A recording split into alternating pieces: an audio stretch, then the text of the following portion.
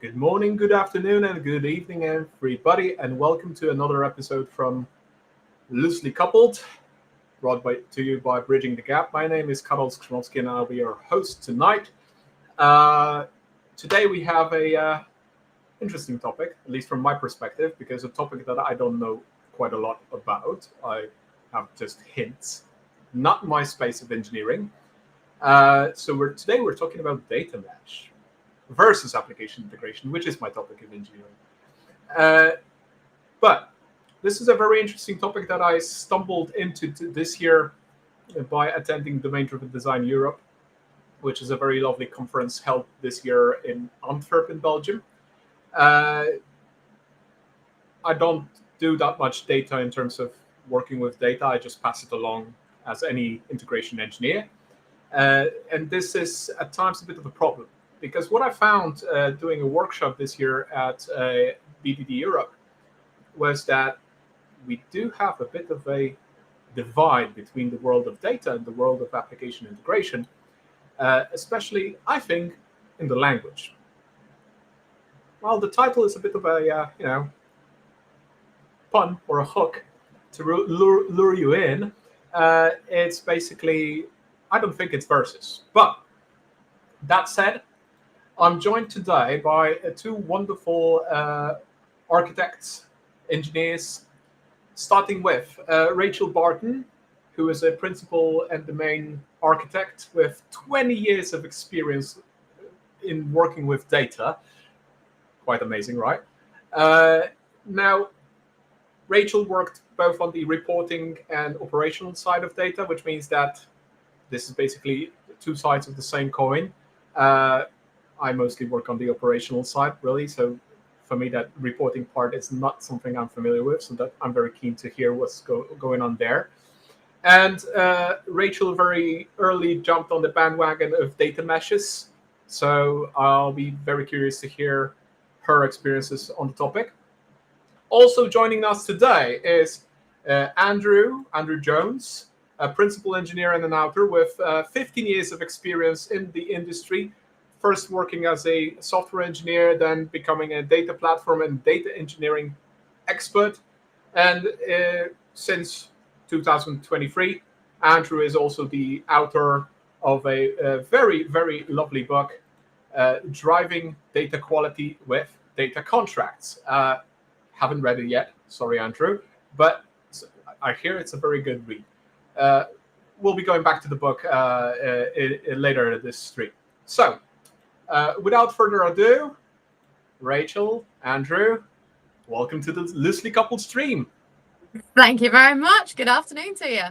Thank you. Good afternoon. How are you guys doing today? How's the weather in UK? It's beautiful and sunny up here in Scotland. How is it down south, Andrew?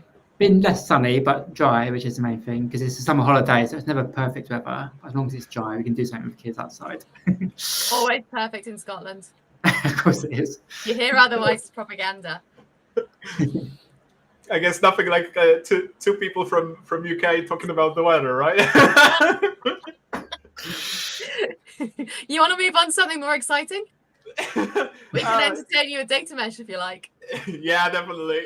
More exciting than the weather, always happy to, especially if that's a tech-related topic. And today we're having a tech-related topic. On the contrary to the few other streams that we were having within Loosely Coupled that we're touching upon recruitment or cognitive load, a little bit more on psychology there.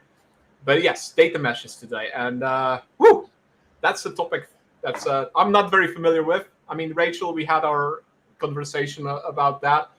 I think personally, there's a lot of a little bit of bad blood between data architects and integration architects, and also a little bit of well, not a little bit, quite a few of misunderstandings in terms of language and conversations. So I think today we'll be clearing those up a little, hopefully. Absolutely, yeah. Unless we get into a fight. There's no fighting. Data's all about peace, love, and collaboration.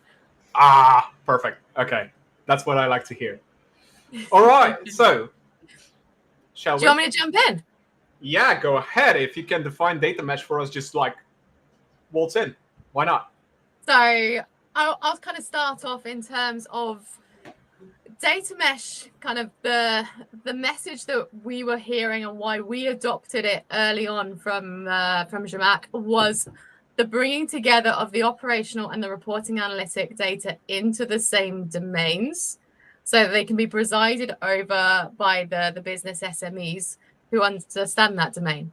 So as opposed to my past, when I worked on the reporting team, you would get the operational teams bringing on all that lovely transactional data. Great, job's done. A month later, oh, we need to get that into a report. Oh, well, hang on a second. It's not in the right format. We don't know what the quality of it, all the rest of it is. So this is the architectural paradigm that brings that together and which allows us to then have this much more constructive conversation about how the operational side, how application integration becomes really important for moving the data around as well. I'll pass over to Andrew if there's anything else you want to add in from your side. No, yeah, I think that's a really great introduction to data mesh, a great summary of what we're trying to do here. I guess the reason why we're trying to do that is because the way we're using data, the analytical plane, the analytical domains area, is because we're using a lot more for more important things than we were before. You could have argued that it's just reporting, it's not very important. I don't think that's ever a fair argument, but some people might have argued that. But these days, that reporting is critical for business, for decision making, for revenue reporting, for regulations, meeting regulations, for various other operational, for various other processes in the company. And then, of course, people are using data, feeding that data in from analytics back into operational plane for driving features. Trying to avoid mentioning AI, but AI is obviously part of that as well. So I think the growing importance of this analytical data is the reason why we are trying to treat it a bit more like we do with operational data, and trying to bridge a gap, I suppose. What I've seen, yeah, good one there. What I've seen so far in terms of how people approach reporting is that quite often it becomes more real time than it used to be. People have still this notion about reporting being done quarterly, once a month, yearly, something like that, right? While I'm starting to see more and more trends to have this reporting done real time, to have those data-driven decisions enabled in real time rather than post factum. And I think that's something that some businesses are already going into really hard. Others are kind of trying to catch up. And then there's the public sector, which is something else entirely.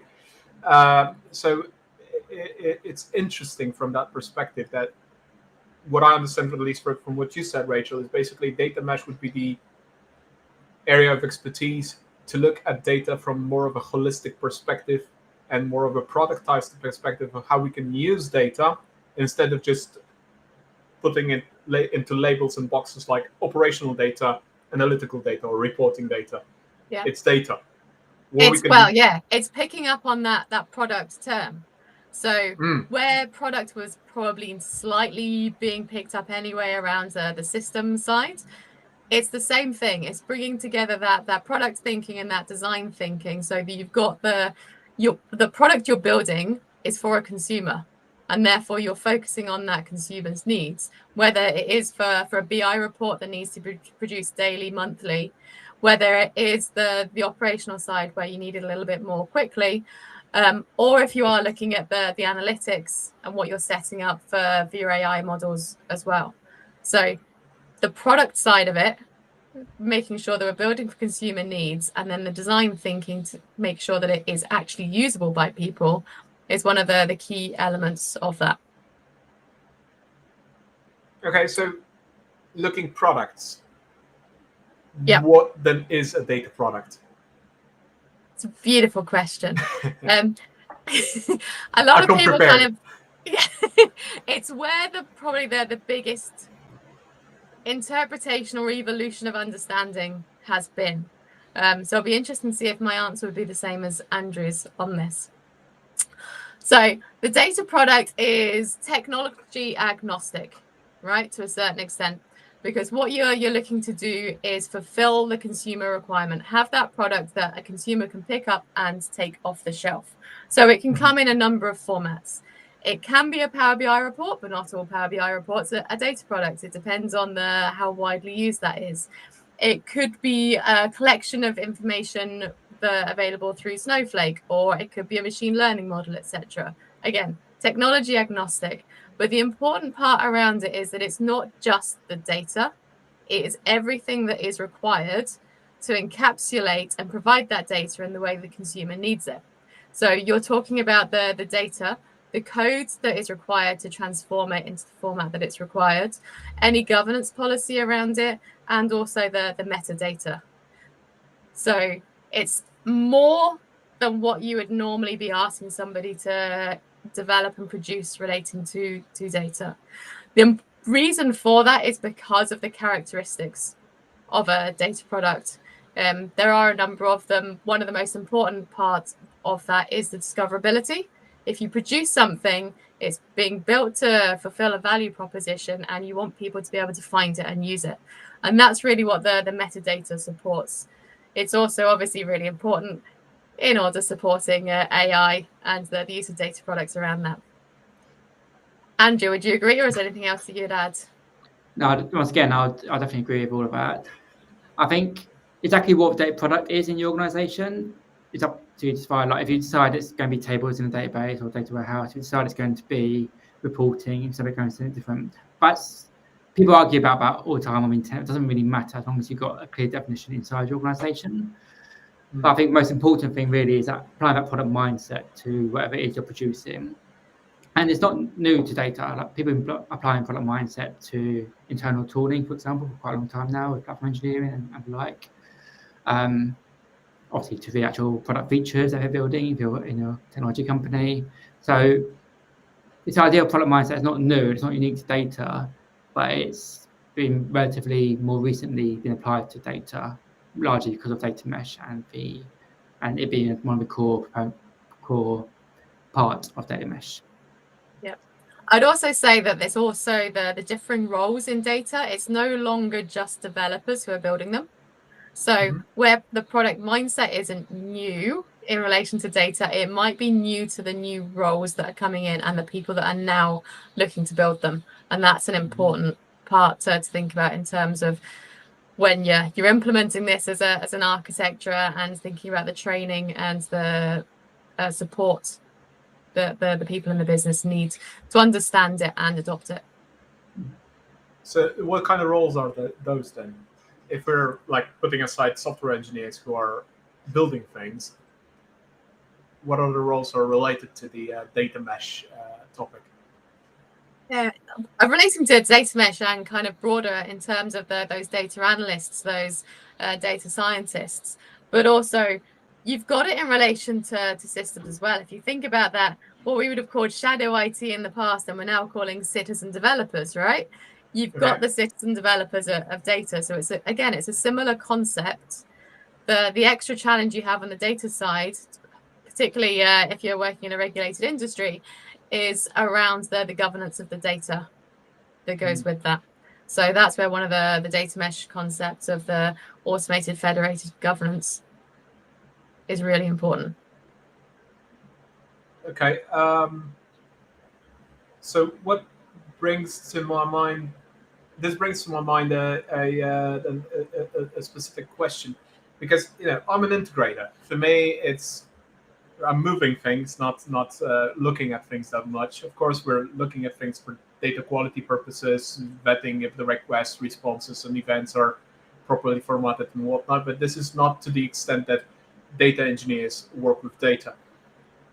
But what I learned over my career is, well, I learned about coupling. That's, I think, the most basic term we're talking about in anything related to any contracts, anything.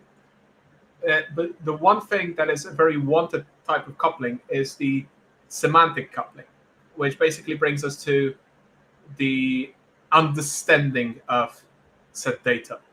And then the question is, how is the data mesh then addressing that semantic aspect of the data product? Is it even? Andrew, do you want to go first? I feel this kind of leads into you nicely.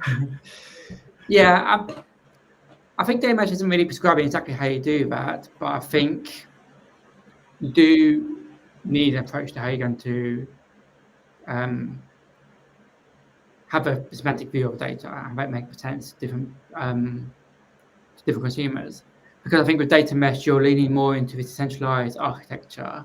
So therefore, the data producers might be different in different parts of the organization, different teams, different tooling, and you're supporting them through things like the platform you're providing, through automated governance. They can more easily produce data, allow them to become experts in regulation and data management. So you're supporting them how they do that, but you still have a problem of what does data actually mean? How can I join it together later? And that there are various ways you could solve that. I don't think there's a perfect way yet, but you could. What we try and do is we try to ensure that alongside the data, there's metadata that goes along with that data that describes the data. And so at least that data then becomes usable and consumable by anyone as long as they can understand that metadata. And if you can standardize metadata across all data products, then any data product consumed, it's got associated metadata around, what data is it, how is it described, who's the owner, how can I use it, what are the limitations around it, what the retention policy for it, all those kind of things, all defined in a standard way, so that as a user of data, I consume it and I can understand how to use it. But also at that platform level, you can start doing the automated governance that Rachel was talking about and all of that. So this really feeds into metadata that describes the data, and we capture that in something called a data contract, which that basically feeds into the topic of data lineage and data traceability, to understand where that data comes from, what context of creation of said data is, and then work on that in terms of the semantic understanding of it. To a degree, I mean, data lineage is basically you're creating a lineage graph of where data is moving. So it could be like dependency graph that you might have in software systems. Okay. And that might come from metadata, right? You can draw that, but you might also generate it from looking at like audit logs and various other tracing capabilities you might have in your applications and your data applications. So exactly how that's generated depends, and there's pros and cons to both, and you probably use a mix of both if you want to try and get this lineage view. But that's a useful thing to have with data lineage, but it's not necessarily part of semantic layer as such. It's more useful for understanding how data is being used. So again, if you're treating data as a product, you want to make a change to data. But who's using this? How can I contact them in advance so that I can have a migration plan for them, so I can move over to it, not just break it and have them fix it the next day and spend the rest of the week fixing it and have all reports broken, all the downstream applications broken. So lineage is useful for that. But when you talk about semantics, I think that's where you start thinking about the discoverability area of data. So things like data catalogs, to help discover data.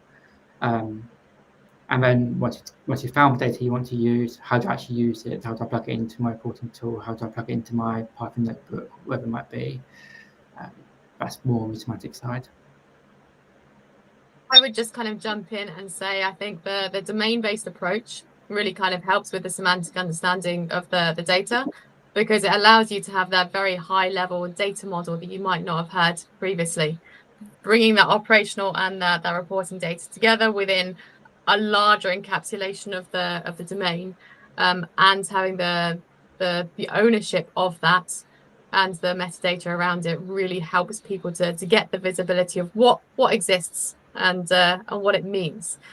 I would also look at that contract between your operational system and the reporting data product as we kind of get into that integration space, because every data product probably has, whether directly if it's a source aligned or indirectly if it's consumer aligned data product, will have that operational system underpinning it. That's where the data is going to be coming from.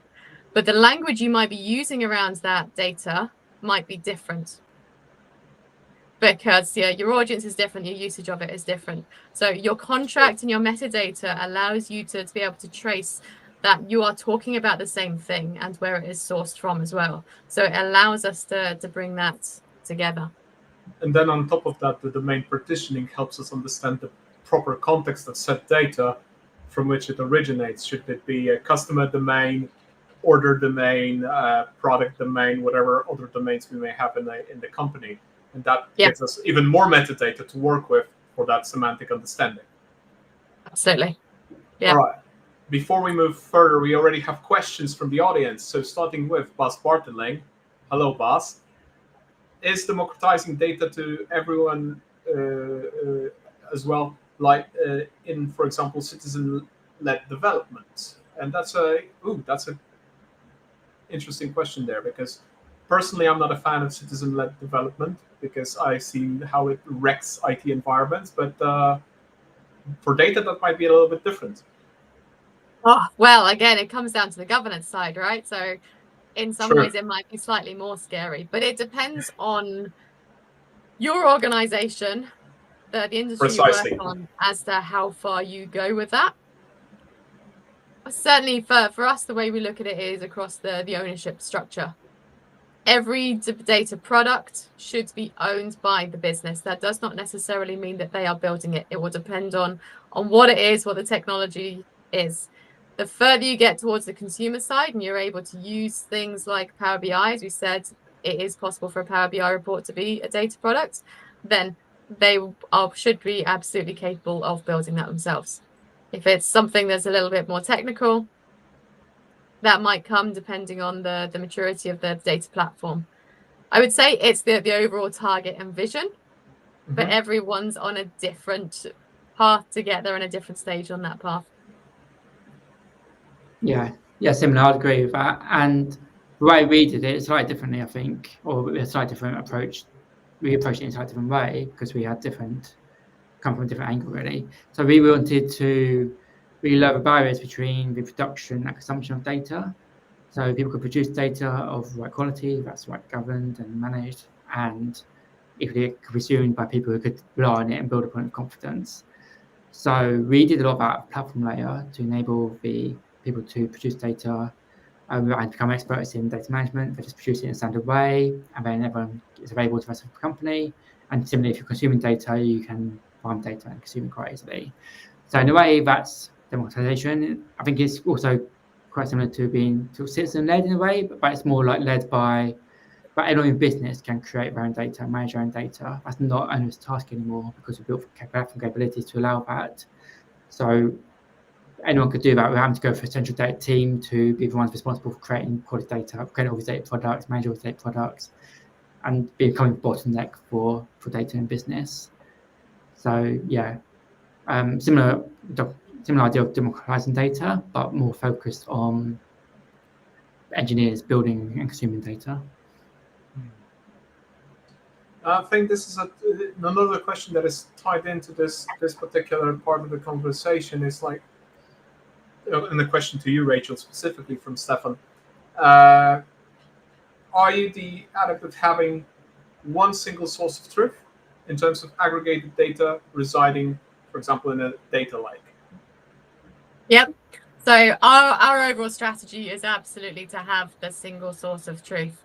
And that's, again, one of the reasons that we jumped on data mesh early on, because having that domain-based approach makes it really clear where something should be living and who owns it.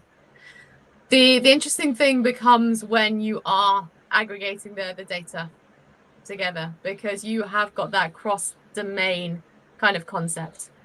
And we've talked a lot at the moment about those source-aligned data products, which are sourced directly from an operational system. So looking at the domains that don't necessarily have an operational system in, but it's the aggregation of data from other data products. So it is still the central source of data.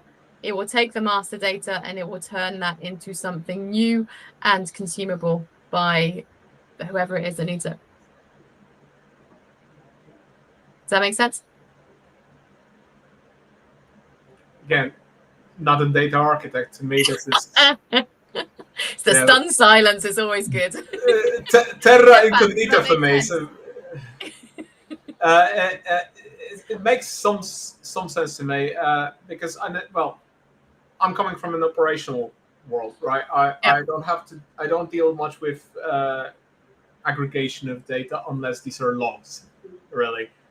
So for me, the source of data is basically the system owning that data. Looking at that, right? It's a similar kind of thing, though, right? Because if you're looking at it from a system point, or an operational system, they will often be taking data from multiple sources in, even if those other sources are primarily reference data. So it's a similar kind of consideration.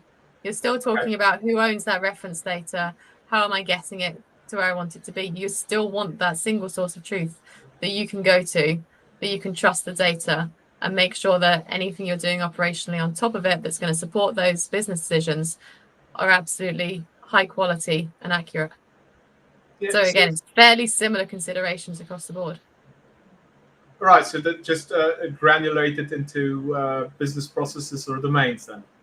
Yeah, absolutely.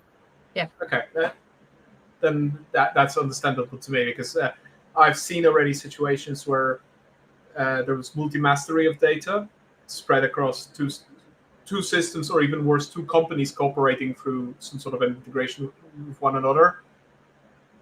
The number of problems you get with inconsistencies and then trying to figure out what happened and why it happened is nightmare. So as long as we have that single source of truth, also in the operational world, it's lovely.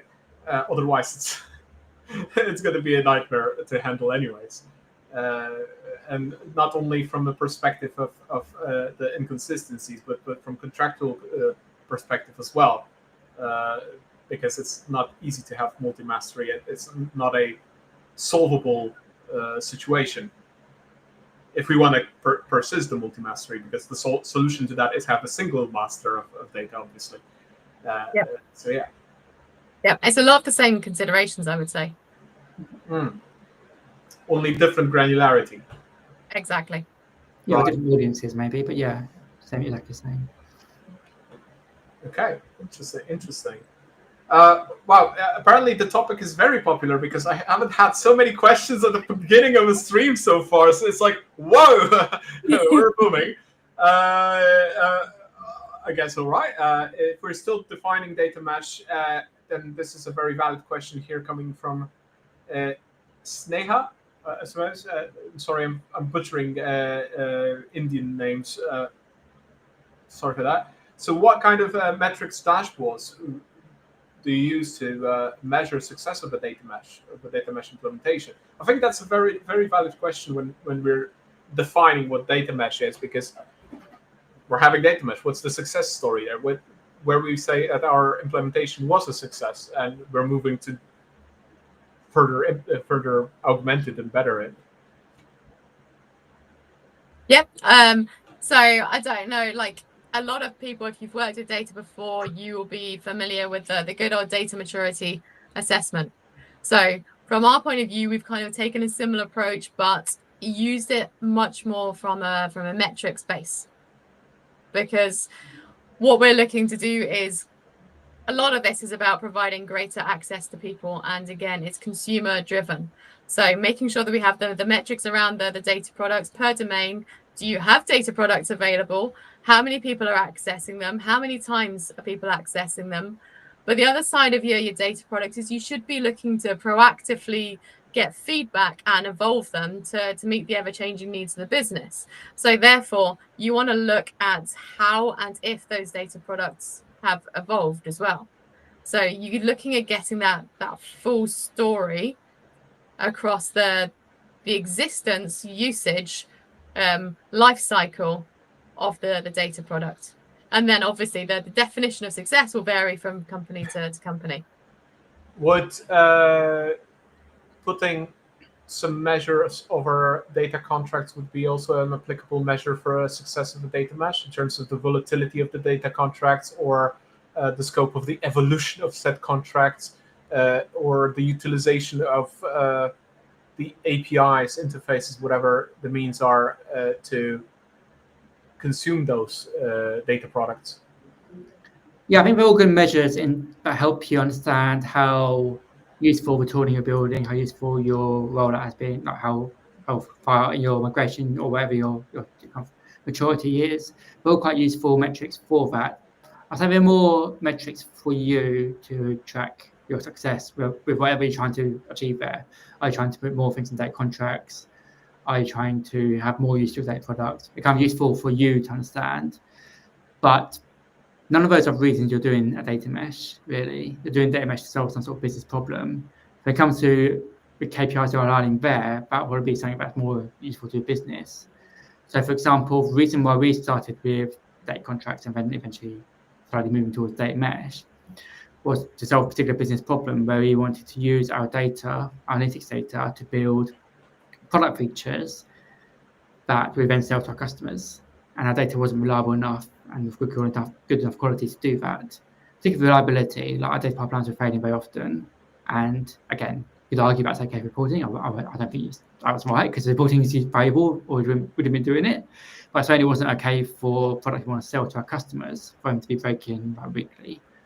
So we focused on reliability, and data contracts was one of our solutions to that. Quality as well, in terms of how long it takes to actually build these products you want to sell. A lot of that was slow due to the quality of data. How can I find it? How can I use it? So that's another good measure that aligns with business value of trying to build these products, which was one of the key strategic aims of a company. So yeah, best when it comes to actually choosing these metrics you spoke about, good for you to measure your own success in your messaging of data products, or how people are building things, or how you're managing data. Is that improving? Therefore, maybe reducing some risk. But the reason you're doing this is probably to solve, or ideally to solve, some sort of business need. And if you tie your basic KPI, you won't be tracking through all of this. So in that sense, data contracts may not exactly be the best KPI. Well, things around data contracts may not exactly be the best KPI in measuring the success of a data mesh. Yeah, I'll give you an example of that. A time I used that as a measurement, but it wasn't a good idea, and we learned the hard way. So we started with data contracts again to solve this reliability problem. It was quite successful. More people started adopting it, and then we started as a bottom-up approach. So we were solving problems locally in teams, building platform capabilities, and then people adopted it in more different teams. And eventually, people higher up started taking notice, or CTO, CPO. Oh, this is a good idea. Why don't we just have everything on data contracts? We're like, well, I guess we could. That sounds exciting. This is what we've been talking about for a while. This is obviously our ultimate end goal, to have that. If you're going to back us for that, let's do that. So then we have this KPI of like how much of our data was on data contracts, like percentage. And we started trying to get every team to move data on data contracts. But that wasn't a great metric, it turns out, because initially we started trying to track this metric per team, and we're saying, by the end of this quarter, get to 10%, then 20%, and whatever it might be. And the first quarter, I just move all the easy things over data contracts, data that wasn't really being used very often, not particularly valuable data. Well, you've moved things on data contracts, you've hit your metric, but the value of the business has been very low, but you chose it because this is easier for you. And when it gets to the harder ones, where business value is higher, also the effort's higher to move on to that. But by that time, people started to think about, well, I've already spent like a quarter doing that, I want to spend another quarter. So I get arguments about prioritization and effort, all kind of arguments you always get when trying to get work done across teams. But again, we still weren't really hitting the most important data. So the actual reason why we're doing this was only to hit the metric. It wasn't really to solve, we need this data to create this product that we're going to sell to our merchants. It was not really that part of that data. It was just the next set of next easy ones. So we started getting loads and loads of pushback because it wasn't a metric that aligned with anything business wanted to achieve. It was just an artificial metric for our migration that we didn't need to do overnight. We didn't need to do over a few quarters. We could have done it over years and it would have been fine, as long as we started to get the most important things on data contracts. I mean, you could argue, well, the argument was if we got on data contracts, we could decommission those old stuff, and that would be useful to do. But the effort we're spending in maintaining that old stuff wasn't that high either. So it wasn't a great argument to get the whole business, like all the software engineers, working towards moving data contracts. So that's an example of when we chose a bad metric. What we ended up doing was abandoning that. It was a bad idea. And then going back to our more use case driven, like we need this data on data contracts because it's driving key business processes around like fraud detection, for example. And we are exposed, if those processes fail, exposure rate goes up and we want to reduce that. So when it's aligned with key business process like that or key business metric like that, easier to get different teams aligned to maybe move on data contracts, to kind of improve quality of data, do engineering work needs to do that. But when it's just to move an artificial metric, that doesn't stand up to much scrutiny, and we know that's a bad metric to use for anything like this. Yeah, we get things wrong sometimes too. Yeah, there are ideas and there are ideas, right? And some of them are just destined to fail, but we don't know it yet. Yeah, we didn't carried away, really. Like, Everyone's on that. yeah, exactly. It's easily done, but a lesson learned, and hopefully useful lesson for everyone listening to try to avoid. Good point.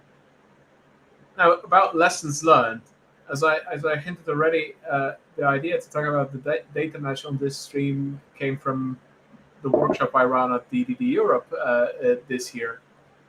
And I received feedback to the workshop that given the sister conference being Data Mesh Live,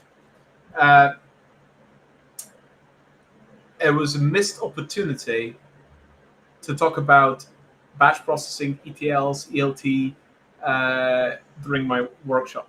Now, my workshop was about ecosystem architectural styles and utilizing domain-driven design to design integrations. And one of the architectural styles, which is the broker architecture, is basically the most common in ETL, ELT batch processing, because it's a single abstraction layer that just moves data from point to point, usually triggered by a cron scheduler or triggered manually as a one-time go, right? And I looked at that comment several times, trying to put myself in the shoes of the person who wrote that comment, and I was like, where is the disconnect? Where's the problem? Where's what happened here? Because from my perspective, moving data from place to place is a large part of the job in terms of doing data architecture, and with that having that data lineage, with that having that data traceability, and in general productizing the data and having that data match. And this is why the title of the stream was Versus, because from that perspective seemed like, from this perspective of that feedback, it seemed like we're like completely different worlds. Now, I would postulate, for the sake of this discussion, that there is a inherent link between data architecture and integration architecture, and basically one cannot go without the other. Now, Rachel is already bopping her head. Oh, yes.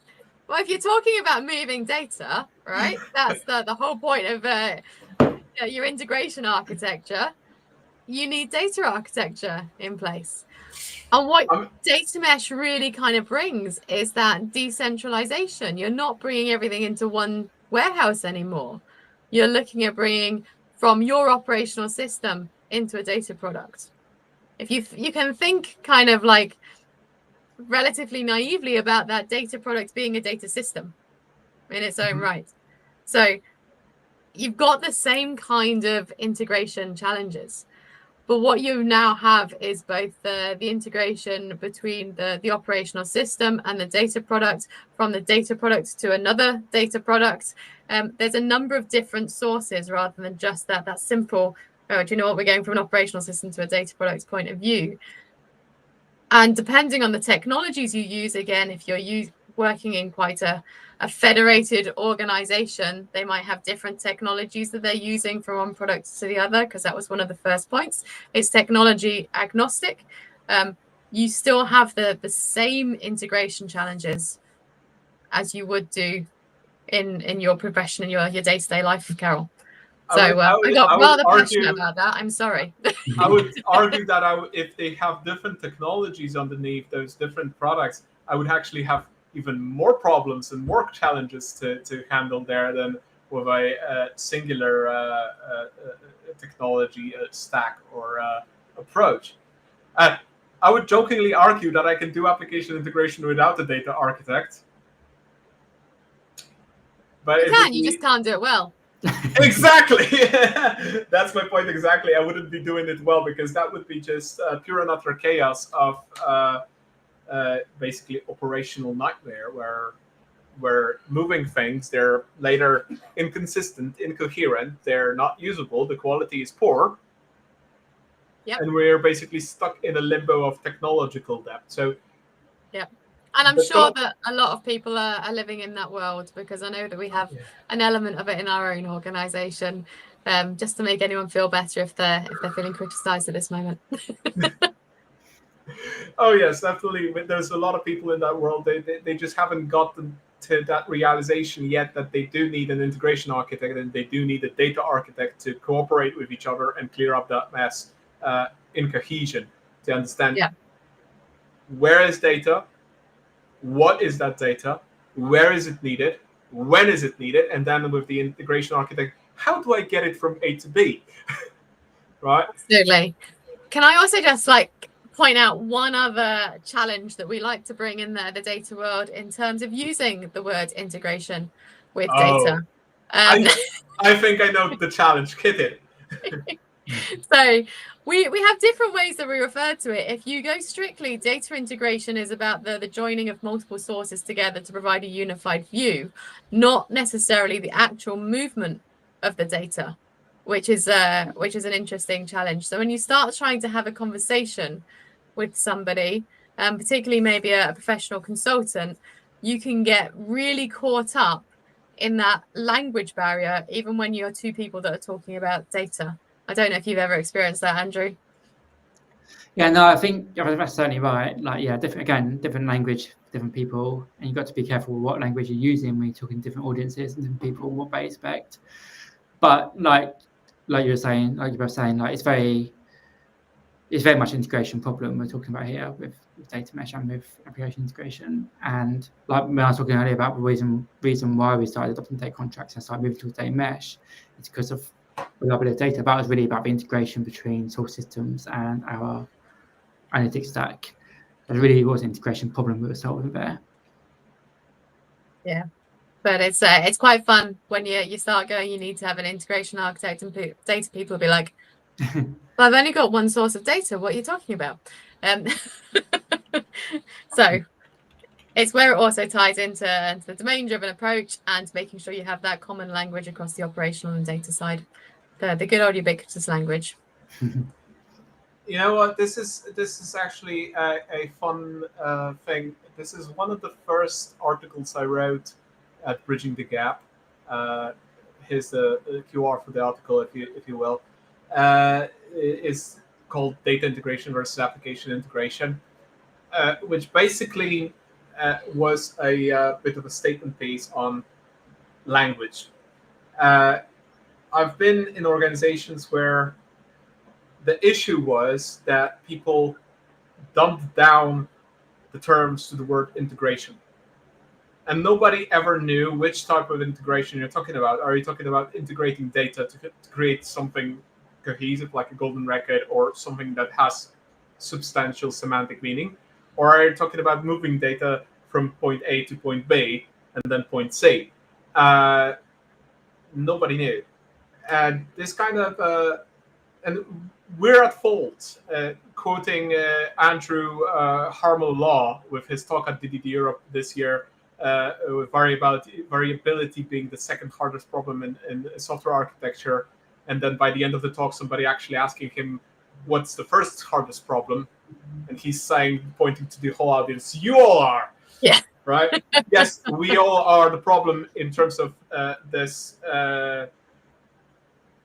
misinterpretation of names. And that's not only because we talk different languages. It's not only because we come from different fields. It's also supported by the technology we use. Because if you use integration platforms. Integration platforms do have data integration capabilities. Should we implement data integration processes within an integration platform? Probably not a great idea, but they have them. Now, if you go to different data technologies, MDM or so, do they have application integration capabilities? Well, yes, they have, because you need to get that data somehow into them. So the creators of those technologies figured, okay, we're going to slap onto that some application integration capabilities so we can actually get that data ingested. Okay. But these are just those small capabilities. They're not tools for the job.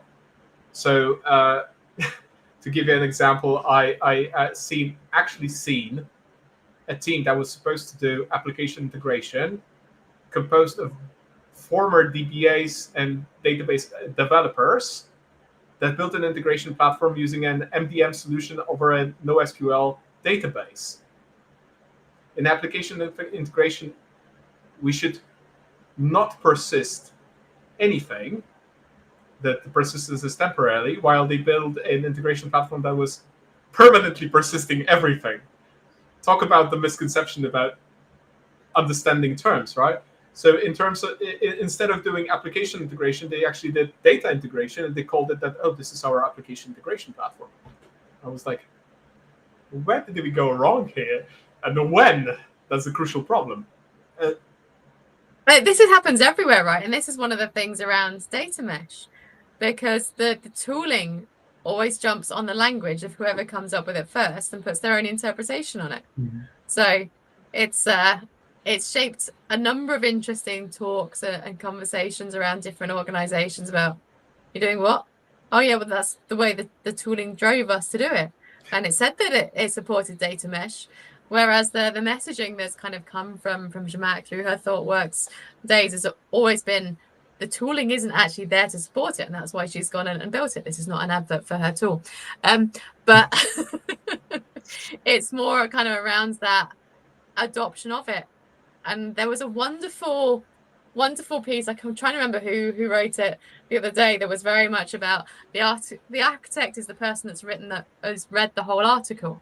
So it's not the person who's jumped on that language, but is actually understands what they're talking about and can cut through the nonsense. So it's really important that we do that and just don't take a word or phrase at face value. I'm watching over LinkedIn and several other media, several companies that produce application integration technologies, products to move data. And at times I'm like looking at them, and it's like their marketing is a pure nightmare of just conjoined little monstrosities of terms that make no sense from a perspective of software architecture, enterprise architecture, or anything else. But on the surface, they sound good, right? They sound good. They sound great. Yeah. I mean, looking at one of the companies with, I'll not name for the sake of it, they last year they coined a term, composable architecture. And that's a very nice term. It sounds great, but it was just marketing fluff, because their product architecture was supporting composability as an architectural characteristic for years. It was there already. The composability, the reusability coming with that composability, it was existent. But they figured, oh, we're going to change our licensing model, and we're going to market this as, oh, we're now doing composable architecture. They literally got themselves shot in the foot. They dropped in Gartner rankings because of that over the next half year. It was quite a show. Just because of that lingo from marketing and trying to coin terms that have no sense in terms of the current situation. And their licensing practice actually made it so that the product had to be utilized in a different way to keep it still feasible in terms of budget, limiting that composability aspect further. So I was like, we're doing composable architecture, but you're pricing us so that we have to drop down that characteristic that's interesting. Again, language. But a lot of people won't realize until they sign the contract. Exactly, because they cut onto the marketing spiel, and sorry, it's not exactly the truth. But I think that's kind of ties into the Dunning-Kruger effect of things. We're very confident about things when we don't know a lot about them, and then we're very careful when we actually start to gain a proper understanding of terms and what we're actually doing, instead of just going blindly in the fog. Absolutely. And that's probably kind of leads on to one of the adoption challenges around this as well. Because one of the interesting conversations that was happening at Data Mesh, and I know both myself and Andrew kind of got involved in it a little bit, was around whether you drive Data Mesh from the top down or the bottom up. Ooh. And how you can best make that happen. Do you need to have the C-suite buy-in, or can you implement it by stealth, by working up and attacking that middle management, who are really going to be the domain owners, data products owners, to be able to drive it? So, let me guess, the only true answer to that question would be it depends. Absolutely, we're architects. That's the only answer to any question. I'm trained in classical software architecture. All right, tell us. So, from our side, the adoption and the drive was very much from the bottom up, I would say, and it was the noise that it generated in terms of the value that was being perceived that then flagged it up for senior sponsors to be able to come in and drive it onwards. With that senior sponsorship, it can happen a lot quicker, obviously, but it is not a barrier for you to be able to adopt it and drive it successfully from the bottom up, is certainly my experience. So either is possible. I think would be best to have like both ways, right? Meet in the middle, to grind that middle manager from both sides. A little bit. I mean, obviously, one of the problems you have when you have a senior sponsor who's saying, do this, then people feel like they're having it done to them. So I think that's really the advantage that we had, that we were able to introduce them to a concept and get them engaged and say, actually, I want this and I want to help drive it. And then the message coming saying, this is really important, we're going to do it, allowed it to really kind of flourish, because you already had the buy-in by that point. You just had the freedom and people getting the space to put the time that was needed on it. So I'd almost say, rather than meeting directly in the middle, it's like build it and then come. Because that engagement is absolutely important, because ownership is essential throughout this, and the business being able to drive it. So you first create that interest, that engagement, accountability, ownership, and then put on top of that the priority from the higher ups, and that makes the dream work. That's certainly my experience. I don't know if yours was different, Andrew. No, yeah, very similar, much the same really. We started bottom up, solving problems locally that aligned with business goals. And our problems really were trying to, I can't stop saying now, kind of bridge a gap between software engineering and the data teams. And we asked Chuck earlier, the initial driver was around data reliability. And what we started doing is we started creating incidents when data pipelines failed, and often they were caused by a upstream change in the software engineering systems.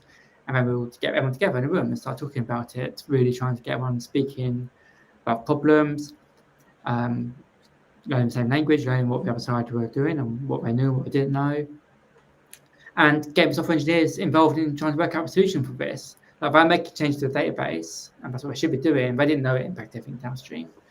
So we started explaining to them why that was impacting everything downstream, started getting them involved in designing the solution. Like, we were steering it still, we can't do where we wanted to go, but really getting them that sense of ownership of the problem as well as the solution. And then do some small proof of concept to prove it out. And then you can demonstrate something that works before you go and try and get that executive buy-in. And not only that, not only have you now got some proof, you've also got people already interested, already engaged, already kind of being the voices in the room when you're not there, talking to their peers in maybe software engineering part of business or whatever part of business you're trying to convince.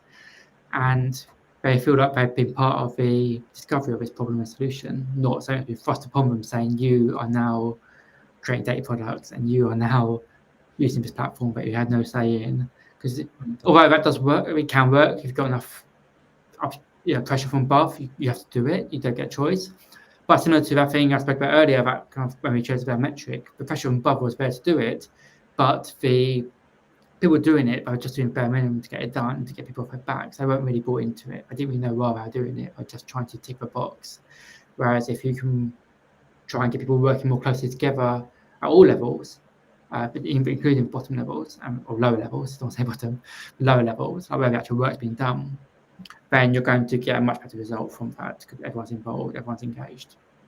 Yeah, good old Gregor Hopper's architect elevator, right? Yeah, I've been reading that actually. So actually, that quote you mentioned earlier about the architect is the person who reads our article back from his book.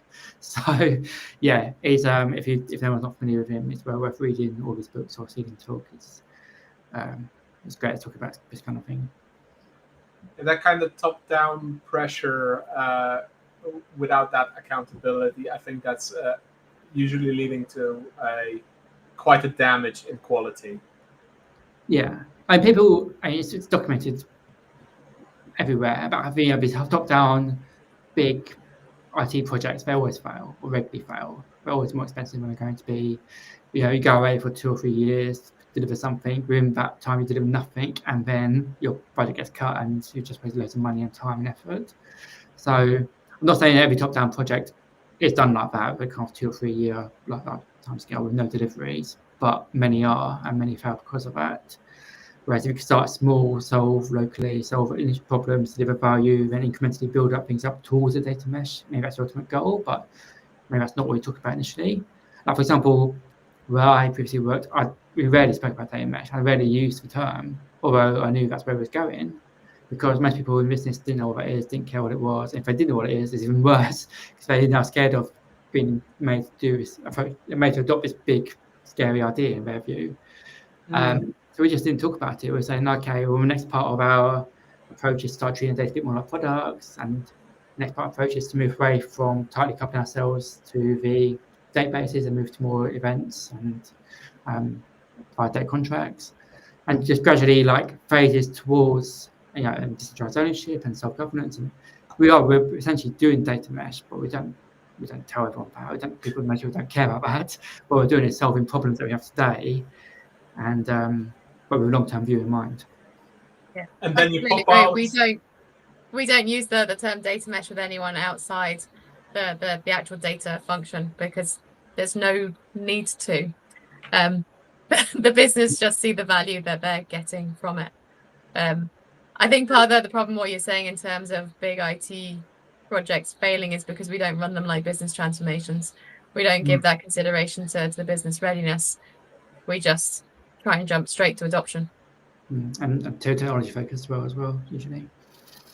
And then this strikes me from a psychology perspective. Now, I'm not a psychologist, but I dabble in my spare time in the concept.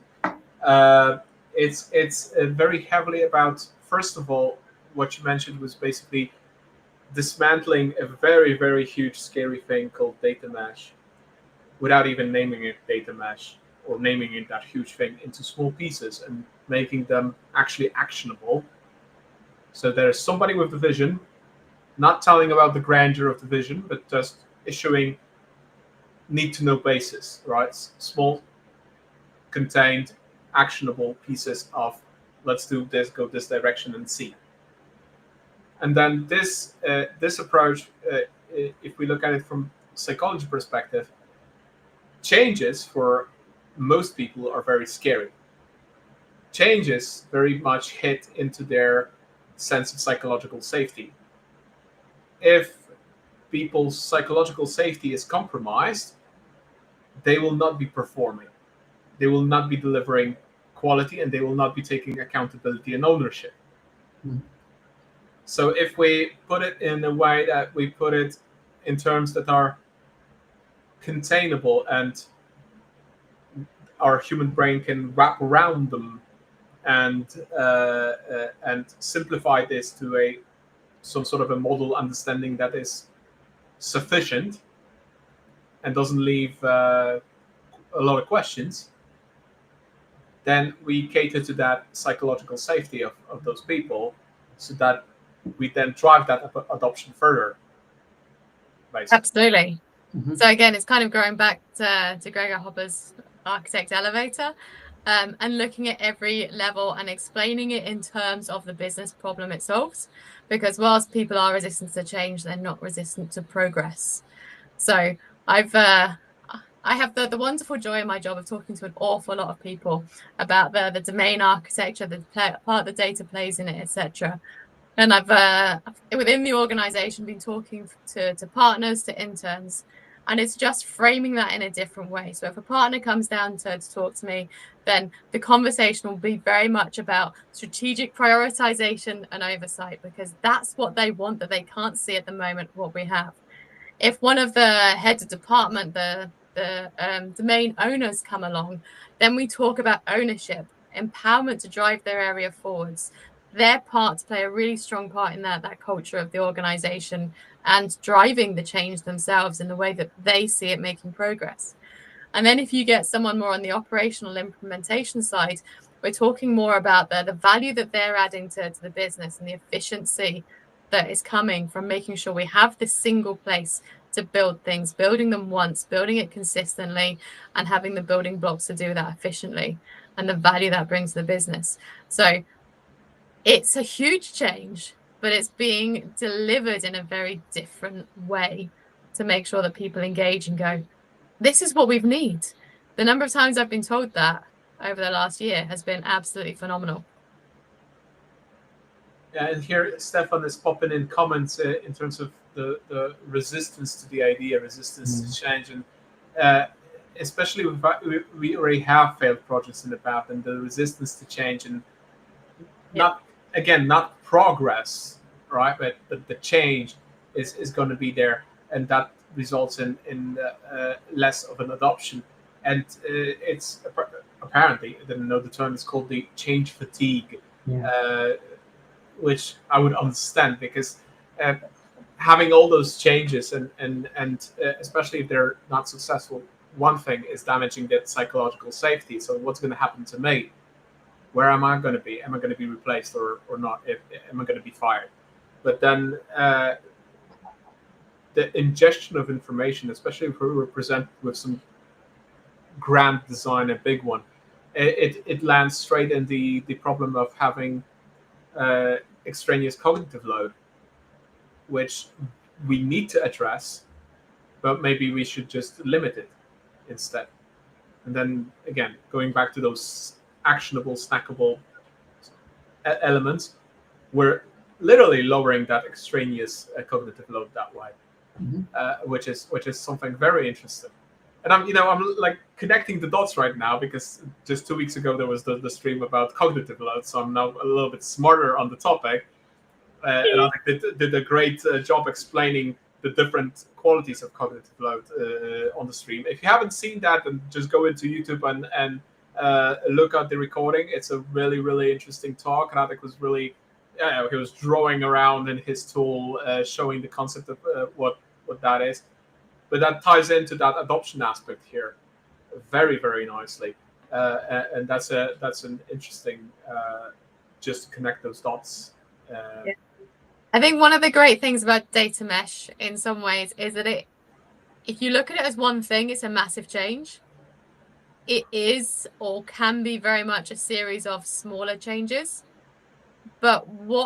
and that can obviously lead to change fatigue if it's done the wrong way, because there's the definition of like, oh my God, what do you want me to change now? Or what's happening now? I've just learned this thing. But actually, if you're looking to drive it in the right way, you give people enough information that they go, yeah, this is what I want. But in order to do this, I need this. So they drive the ideas and direction of the next change, or at least you use the sessions that you're having to influence them to think that they are driving the direction of the change. So they constantly see it as that steps of progression rather than these steps of change. That's obviously not going to work across the board. There's always going to be some people who fall by the wayside, but for the majority of the organization, it's working so far. Okay. I mean, probably with people like me, that wouldn't work. I have a constant problem with hierarchy and being conformist. So that would be interesting to see that in action. But absolutely, that's this. It's kind of a little bit like an illusion.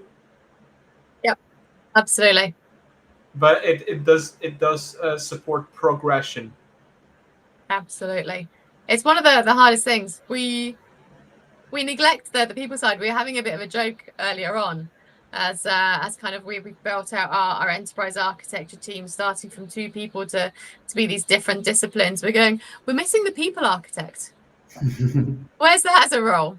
But it's fundamentally kind of building in those social skills, the empathy, the individualization, and making sure that we can work across the levels to bring everybody on the journey and not just sound like we're preaching from an ivory tower.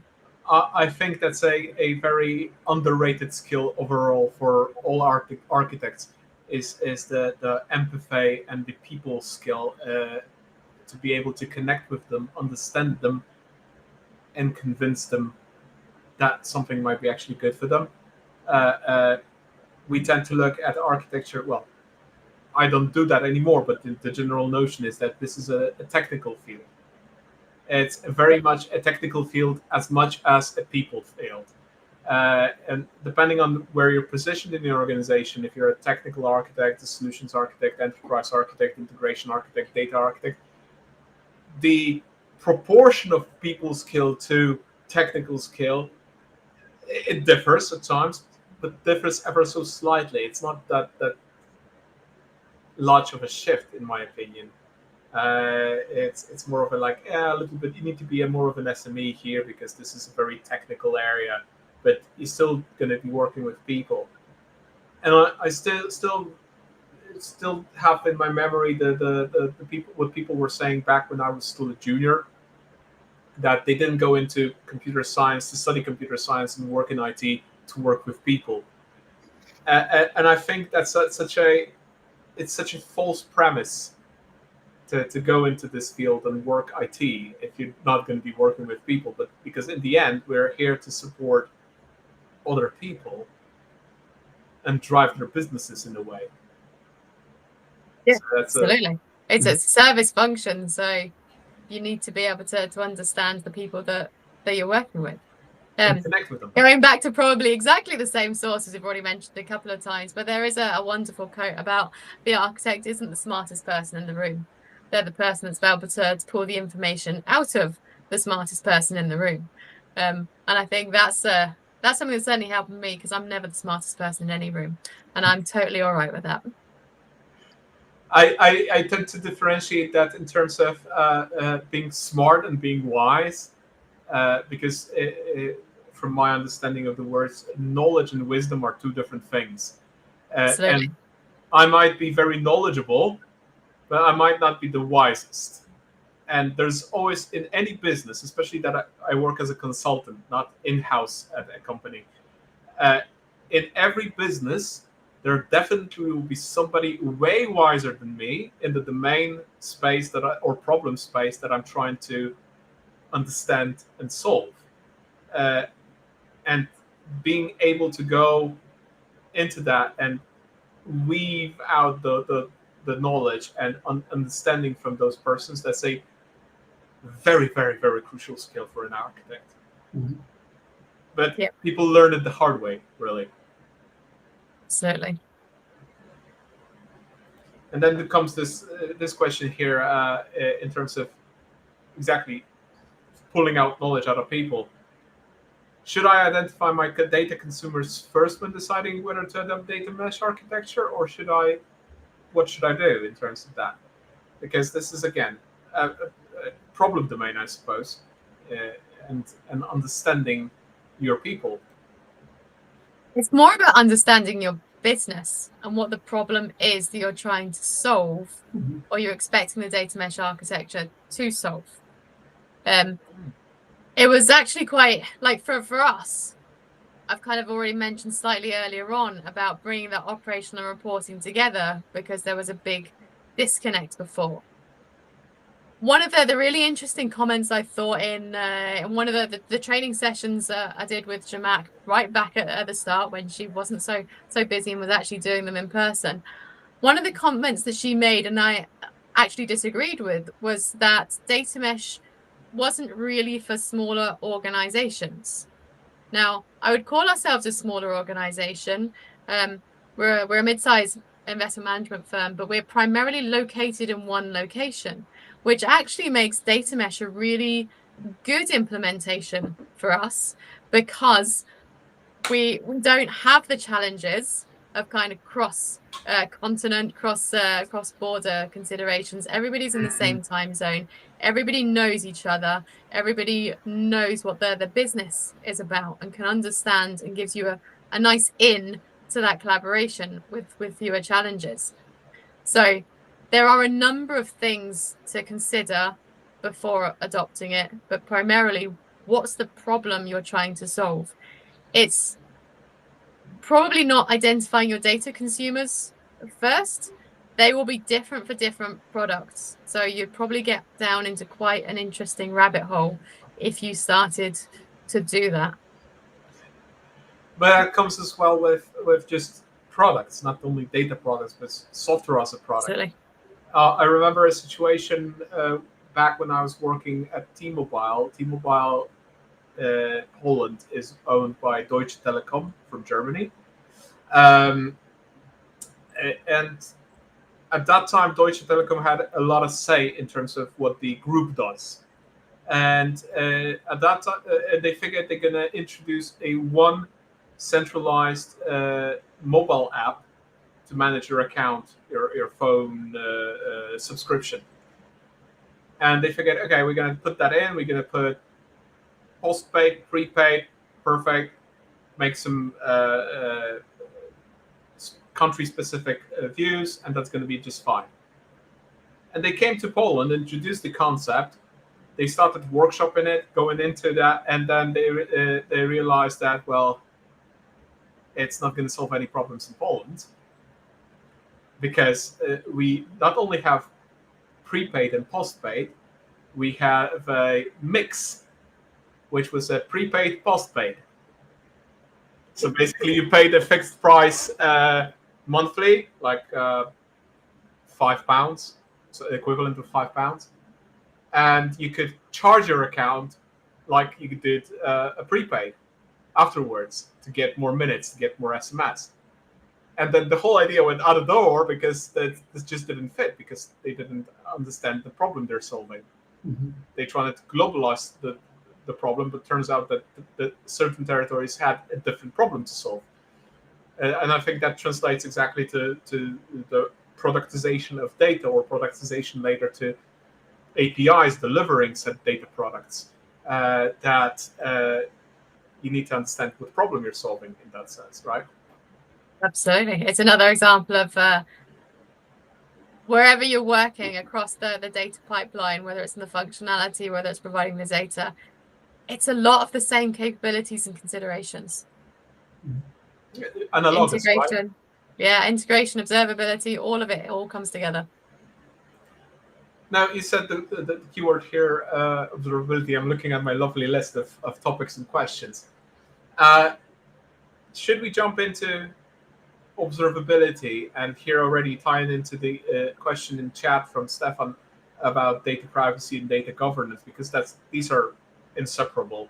So data lineage, observability, data privacy, data governance.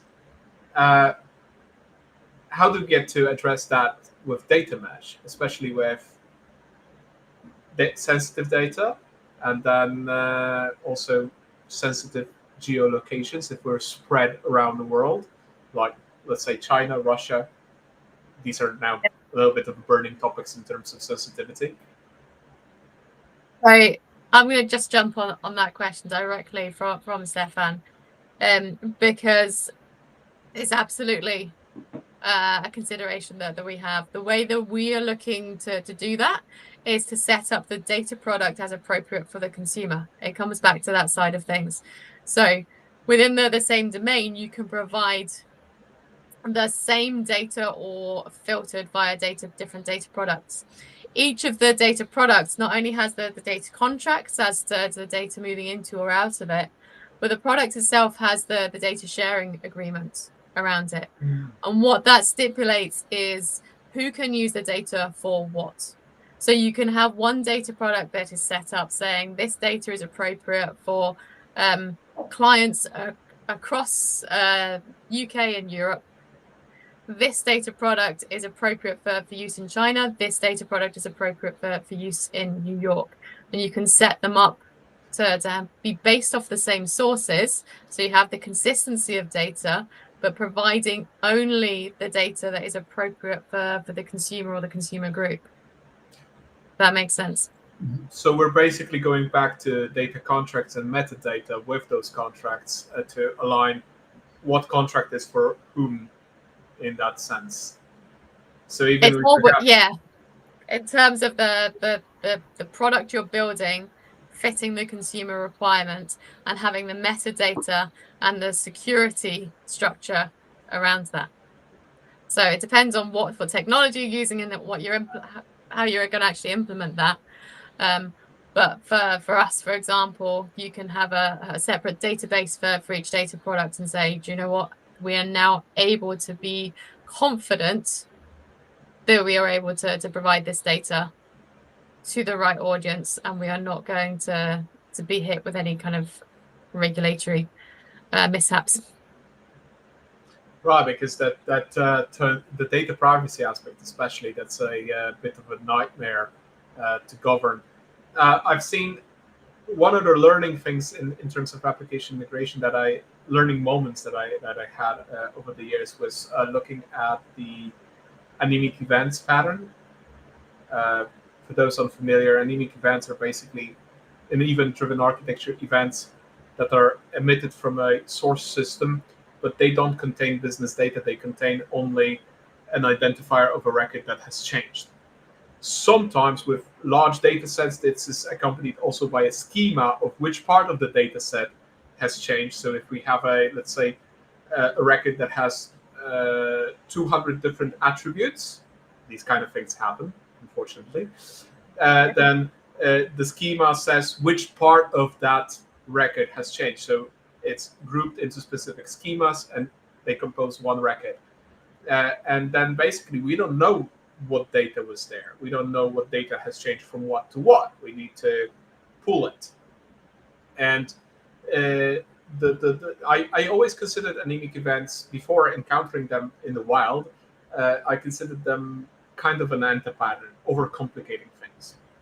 But then I saw them utilized in a proper way, in a situation where exactly that governance aspect was needed. And that tied down basically to the API contracts, exposing that data product. In that terms, that was specifically employee data, employee record. And that was a very interesting thing because the record was emitted the change was emitted as an anemic event. Any consumer that needed that knew that this was the event, okay, and then I need to go to a specific API for a specific schema to pull the changes. Now, the absolutely amazing part was that for each API, each of those consumers had a specific contractual obligation with metadata, with security, recognizing that this was that consumer, which basically meant that they would, each of them, for that one record, they would get basically a different data set governed by the specific contractual rules implemented into that API about the delivery, about that specific product from that MDM solution, centralized MDM solution. It's a hustle. But if we're considering working with sensitive data, where security is our driving characteristic, not performance, not availability, not speed, not time to market, then that was the only sensible implementation to do, to divide it that way and set it up centralized to be able to govern this kind of thing. And this is again, this is not about data architecture per se. This is about the data movement, so application integration, and the specific architectural pattern to facilitate that requirement. The security part was in terms of the data architecture that, we're governing that. Well, sensitive. And the security architecture. We need the security architects as well. Yes, true. But that probably starts going into answering Stefan's kind of follow-up question that he's asked there around the if there are geolocation restrictions on where data can be shared. Your design sets up the data product and the rules around it. And then they're kind of down to you, the tech stack that you use, how mature you are in that space as to how you are going to implement that. Carol's just kind of given one example that can be used for that. So there are definitely ways that it can be implemented. But the key part is understanding those restrictions and designing for them. Andrew, I think this is where you can shed some light, because the way I understand contracts, and I'm usually using the term integration contracts, but that doesn't really differ from a data contract per se. My understanding of a contract in IT in terms of moving data and using data is that it begins with a conversation about the business process. And then we go down to implementation after a long discussion along the way about architecture, patterns, etc. And looking at that, for example, with the context of Stefan's question, how would you tackle that from a data contract perspective? Yeah, we've tackled similar things like this with data contracts. So say the data contract starts off with capturing what's been agreed through conversations and codifying that in a human and machine readable format. And once it's in a machine readable format, and that again doesn't matter what it is, you can then start using that to automate and build various tooling around how would you manage this data. So for example, we're in our data contract, we specify a schema, and within that schema we categorize our data. Because I work for a payments company, so financial data is also very important. We need to be careful with that. And we categorize, is it about payment? Is it about a customer? Is it sensitive or confidential or public data, all those kind of things. And that's all you have to do as a data owner, is just categorize your data, which you should be able to do, is your data. And the tooling takes care of making sure the right people in the right roles has the right access to the right data. It's all kind of automated for you. And tooling, and that's just one example. We do loads of things with tooling, backups, various other governance tasks, data retention policies, all of that sort of stuff is driven by the platform. So I guess I think that you're saying how it kind of depends how mature your technology stack is in terms of how you might want to implement something like what Stefan is talking about. But there's no, given enough maturity, enough time, money, effort, you can build something that's very automated, that satisfies these kind of requirements. So that you're not having to have every individual data owner, data producer decide how to produce data that's right for different geos or different people in different roles, or how it moves across different geos, if that's data moving across different parts of the world. We weren't going quite far. We were at some point looking at how we might make data available in different countries and data locality and meet various regulations there. And again, we couldn't see any reason why we couldn't automate that through the platform. So you're just saying, well, these particular records relate to the EU, these particular records relate to the US, and they shouldn't be transferred across between back and forth. And access to them should be only available through very simple tooling that's based in the right country or right geo.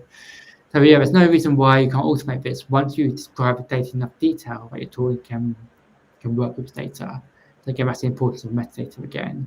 And contract just captures that metadata, makes it available to humans to fill in and to manage it, but also to machines to automate, to manage that data based on contract. So let's shoot some examples what metadata would that be? Because from my perspective, when I'm moving data from point A to B, I'm looking some standardized HTTP headers, some IP of origin, this kind of thing. But on top of that, a must would be a timestamp, a correlation ID, message ID. If formatted as an ULID, then I can drop the timestamp because the timestamp is baked into it. But basically, these are like the base of all metadata that is a must for me as an integrator. But looking at the data from a perspective of I'm guessing business process or business in general, I believe that there would be a lot more to it than just these operational metadata. Mm-hmm. Yeah, exactly. I mean, really, you can put whatever you want in data contracts. It helps you manage data. And I would say the first thing to do is try and make sure you put in things in there that's going to be useful. There's a reason why someone's completing that metadata, filling it out, managing that metadata, keeping it up to date. If you're not going to use it, it just becomes a wasted task. And again, we talked earlier about trying to convince people to use these systems and get their buy-in. But you need to understand why it's important to categorize data, for example. It's important because we're going to use it for data retention policies, for access management, for various other things. So there's clear use of that data. But really, I think the minimum you want a data contract is probably the owner, a version number, data evolves, and a schema, so you know what structured data is. That's probably the minimum, but you can put various other things, SLOs, you can put data categorization like I talked about, you can put retention policies, backup policies, you can put any number of things really. And the good example, if you want to find out the kind of things that people are putting in data contracts, there's a data contract standard, open data contract standard under the Linux Foundation called BODCS, open data contract standard by Bitter Project. And that's a very complete list of the kind of things people are putting in data contracts in practice. But the main things we put in there were data categorization, start putting things like SLOs in there, ownership, and these are all useful things, right? For example, ownership, if there was an issue of data, wasn't matching schema, wasn't matching data quality rules that were in there, we use the ownership to route the alerts back to data owner so they can then go and investigate data and fix the data. Version number, we put that in there to implement change management around data. As I mentioned earlier, that one of the issues was, the main issue we were trying to solve initially was the reliability of data. That's because data was being changed regularly, but there was no change management applied to it. So breaking changes were deployed to production, and we realized still things started breaking. So we started, again, similar to what you do with API. You have an API version, making minor changes, that's fine, making breaking changes. You wouldn't deploy that, you would have a migration path between one or the other. So our data contract had a version number in. Every time someone made a change to their contract, we run some checks in sort of CI checks. And if it's a non-breaking change, fine, go ahead, deploy it. Yeah, no problems there. Breaking change, you can't do that. Follow the change management process. Talk to consumers. Use the lineage tool to find out who they are.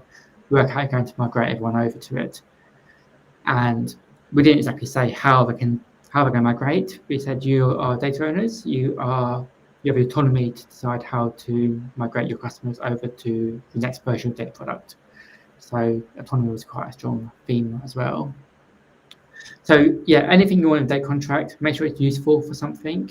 Solving a problem that you have with data management, with change management, with data access management, whatever the problem you're having, make sure capture that in data contract and use that information to ideally automate or at least support data owners in managing the data. Yeah. The encapsulation of both your functional and your non-functionals, it gives you the opportunity to think of that, you're not so happy path as well. So there'll be expectations around data, certainly, I need this data by 7 a.m. Otherwise, I won't be able to do whatever I need for that. What do you want to happen if it's not available? So making sure that we do that. So by having that standard format, it means that that template is there for everybody who comes to create a data contract. They don't have to reinvent the wheel. They don't have to think what questions they need to ask around it. So it becomes a really, really useful tool around the organization for both the business and the technical implementation team. The question that came to my mind while you were explaining the various metadata for a data contract. Probably half of it does not bear that much impact on my work as an integrator. They bear more impact on the overall end-to-end solution, but purely looking at data movement, it's like, that doesn't really resonate. So if we would be looking at the data contract, that metadata around the contract, how much do you think actually translates to the instantiated object of a data being moved from point A to point B? Because I think there's a different scope, a smaller scope, definitely, of those metadata being attached to that specific instance and moved alongside that instance. Mm-hmm. Yeah, I think that's a really good point, actually, because the things, like examples I gave were a lot around how you manage data when it's stored at rest, which you're not necessarily doing when you're integrating applications. You're stateless. But with data integration, again, depending on how you want to use that term, but when you're integrating data, you're at some point when you're working with data in a stateful environment, you need to manage data correctly. But when you're moving data around within each particular record, each instance, there are things in there that you also want to capture. So things like SLOs, like how is this data, like for example, we expected all these records to be present by 7 a.m. What percentage of them were present by that time? That could be an SLO that you report on. So things like SLOs would be useful. Schema, to make sure that systems can decode that data if it's being encoded in some format, or just to configure a platform to ensure the data conforms to a schema, and then throw alerts or route data to a data queue, or whatever you want to do with data that is invalid. You also want to go into things like data quality rules. So this record should be between 0 and 1. It should be an integer, but also a float, but also between 0 and 1. That's beyond what schema can do, which is float. You're now looking at the actual record itself and investigating that and detecting whether it's reverse bounds and then sending an alert. So that's something you might do on every particular record. So yeah, these are more things, and a lot of these things you can do in, for example, Open API. So a lot of these things people do apply to APIs when they're creating integrations via APIs, and APIs were a big example for data contracts, a big inspiration for data contracts. So a lot of it came from there. But the kind of things you have in an Open API, which can do schema checks and can do data validation, are the kind of things you would use as data attached to data, like you said. So as data's moving around, you might use this metadata to run checks, send alerts, route data to places, whatever you want to do with data as it's flowing between systems. I think it kind of comes into the testing side of things as well, and how that integration pipeline will have different stages to it, and you'll want to make sure you've got the quality gates right at each stage. The details of that should be in your data contract as well. Yeah. But it's interesting from my perspective as an application integration specialist. A lot of the metadata that you're mentioning that you would attach to a instance of a data product, I don't see that in application integration at all, because a lot of that metadata is actually created within the integration platform, not created from the source system per se, but from the integration platform. So if I have, especially if I have an integration platform that is in the API-led architecture, which means that every system that initiates communication towards the integration platform has its dedicated channel and a dedicated API used only by that system and nobody else, then at this point, when the request or the event hits that API, I create a large set of metadata, correlators, origin, lots of things that I then basically transform into log data and push that to an aggregator to consume. So I have correlation through the whole integration platform, all the applications that facilitate integration, and I can see that over whatever visualization, like let's say we're using Elasticstack, so I have then a Kibana dashboard somewhere that I can track via that correlation ID or via a specific name of a system that's the client system. What is the communication? And a lot of that metadata does not need to be then produced by said system. But then, of course, there are pathologies to that where we expose a field to fill in the correlation ID by the system so that we have a correlation end-to-end instead of only across the integration platform for visibility. And then that system always inputs into that field a static text. Static meaning hard-coded, not generated as a unique element. And that forces, for example, integration developers knowing that to create an additional correlation ID field that is then populated by the integration platform. So great at metadata, but sometimes the collaboration there lacks in that sense.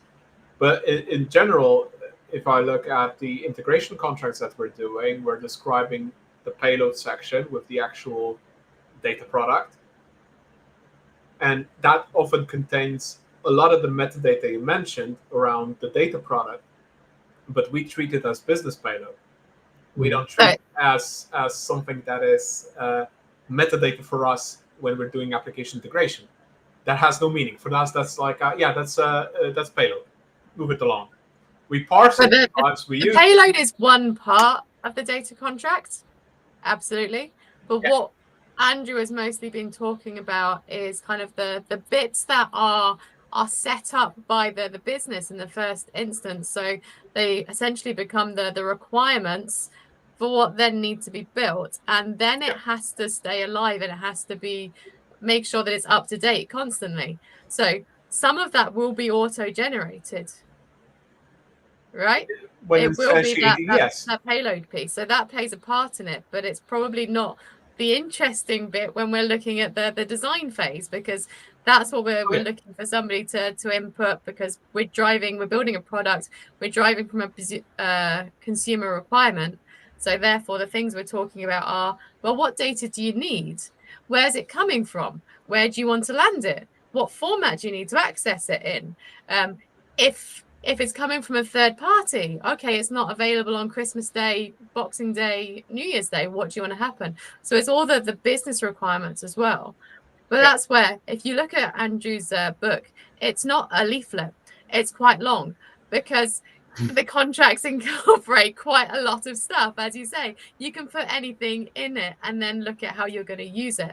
So I would say what you are talking about can and is very much incorporated in the contracts for a lot of people, but there's a different way of using it as well in terms of the design, setup, monitoring of what's actually going on, being built, and then ongoing. Yeah, I think that's right. Also, I think we're using the term metadata. It's quite a broad term. So the stuff you were talking about, Carol, was so for example, we can monitor the latency of an event and we generate a number about how timely that event was. That is metadata. And like I say, you might put that in a Grafana chart or Prometheus or something, or whatever it might be. So that is, arguably, that's metadata. That is a bit of data that describes the event. So metadata is quite a broad definition, and that sort of stuff wouldn't be in data contract. Neither would it be in integration contract. It's just a bit of metadata that was created as data moved between systems. So we still capture all of that in data platform as you would in an integration platform, or at least we do, because we built that platform in-house and we have the ability to do that. And that is metadata. But I think when we talk about data contracts and metadata within that, like Rachel was saying, that's generally data that comes from people describing how they expect this data product to behave, or what should be in it, or how it should perform. So it's generally from the business, like Rachel was saying. So a narrower definition of metadata, I think, in the data contract than just all metadata that might be associated with data moving around. And see, this is where the kind of a disconnect here happened. We were on two different levels of abstractions there. Yeah. And that metadata, what you were describing, it's nowhere near the level of abstraction I'm dealing with in terms of application integration. But if I jump to the business process level, then I would be seeing that metadata there, definitely. But for me as an integration architect, I'm very rarely at that level, or I'm very rarely invited to participate at that level of a conversation, which is a shame. It goes back to you having the information that you need and the bit that interests you. It doesn't mean that you shouldn't have the rest of it visible to you. The concept of data contracts is not specific just to data mesh, though, and can be used across the operational space. So it should still be there. It should. But go and ask people. Can you see it? But see, like I said at the beginning, I can do application integration without the data architect. So same way I could do application integration without the business analyst. Would that be a good quality of an integration? Probably not, right? I would have to double down as a data architect and a business analyst in that context. Would I do a good job at that? Maybe, maybe not. I wouldn't be so sure about my skills in that regards, because I'm not trained to do business analysis. I'm not trained to do data architecture. But this is a level of abstraction that would be good to have. This is what I love about domain-driven design. We're bringing everybody in the room, no matter what level of abstraction, and then we're laying out this in a ubiquitous language, and we're building that understanding. So then we're having an understanding of what metadata is on each of those levels.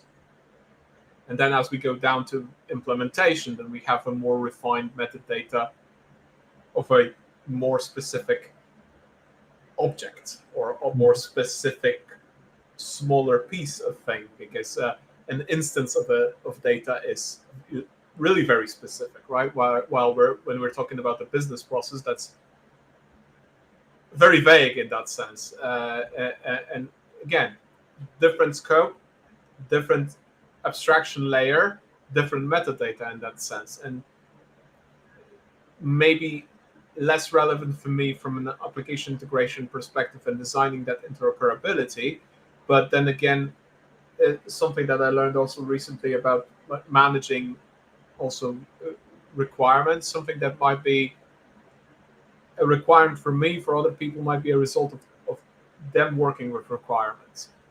And again, that's the jump through those abstraction layers. Every time I go down an abstraction layer, what was the result of the work on that abstraction layer becomes the requirements on this abstraction layer, and further down, the same thing happens with another result in this cascading effect.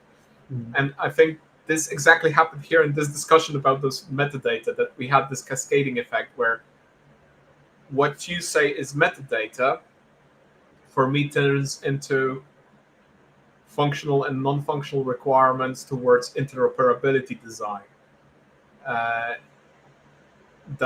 is not metadata anymore. That's something that I action in my work, in design, and then later in implementation as a realization of that design. It's an interesting observation, like really live, that we were supposed to talk about the disconnect in the language. We actually stumbled right into it.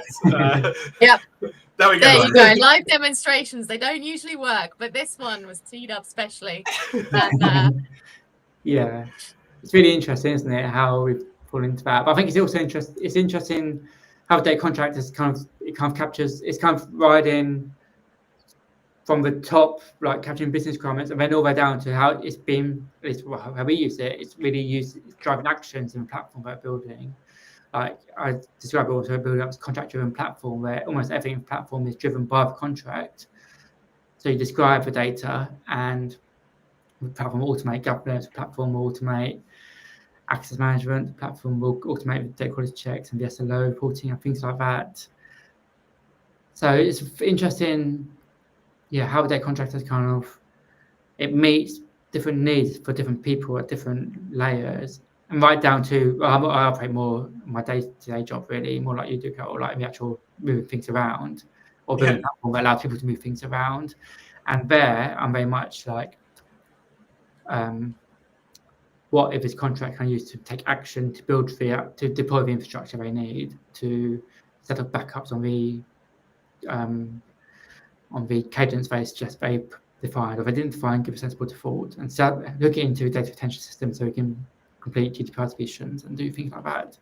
So we're doing it all from the actions, but also up to the top, where I operate more these days as well, but as long as Rachel spends a lot of time capturing the business requirements, make sure they're captured, making sure they are kept up to date as data evolves, they're not forgotten about, hopefully they're stored with the data. And maybe there are things in there that aren't directly actionable, things like describing the data, things like ownership and business hours of support, which might not necessarily take any action in the platform, but it's very important for someone using the data to decide how they can use it. Can they rely on it 24/7 or only 9 to 5? And that makes a difference to how they use it. And that's a human decision, not something you do in the platform. So yeah, interesting to have this conversation led us here, and interesting how broadly data contracts being used up and down the stack. And now looking at the metadata being ownership, for example, right? Again, if you're looking at ownership from a perspective of a data contract on a business level, you have a business unit or somebody in the business, like literally a person, right, being the owner of said data.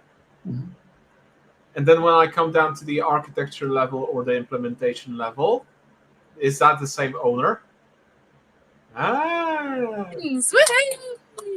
We got it in again. Yeah, but it's you may have the same metadata type, owner or ownership, right? But is it the same value there?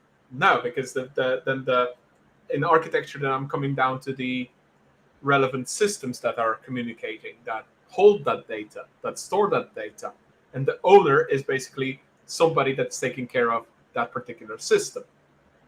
But then if I go down to again, it depends on what you're going to be building. So absolutely, but having that ownership hierarchy is really, really important. I believe there was a really good talk at Data Mesh Live this year about it.